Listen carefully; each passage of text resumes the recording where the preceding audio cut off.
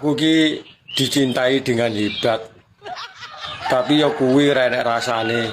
Lah piye ora gelem ditumpaki. Lah ngene iki lho. Nyapa? Ngene iki lho matane asu jan picek matane. Dilogok jaran dipisui aku. Wong lanang modelan ngene iki lho janan. Lah wong saiki nggonku sesuk ya nggonku ae lho. Picek tenan. Lah jenenge cintai apa-apa kan ya gelem. Wong lanang jaman saiki anjen kok ngene lho, Rek. Lah wong jenenge ya normal lho. Ya duwe rasa pengen barang. Sabar-sabar oh, dadi wong wedoke sabar-sabar oh. Lah wong lanang lho luwih sabar wangsam. Sabar-sabar oh. Wong lanang jaman saiki ki diwehi ati malah njaluk pepek. Lah piye wong tarah sak paket lho.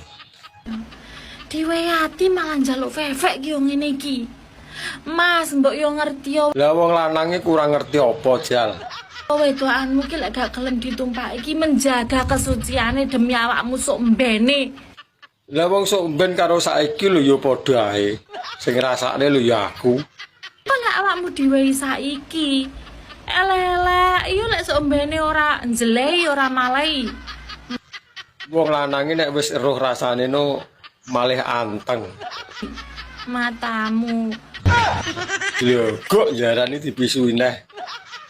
Lek saiki bolak-balik numpaki engko pas anu sisuke ngomong, "Malah Dek, aku tak golek rasa liyane, rasamu wis koyo ngene ae." Ya ora mungkin. Wong wis kadung tak pangan ya kudu tak entekne to. Kuwi matane gacek kane asu. Dilogok jaran. Anja.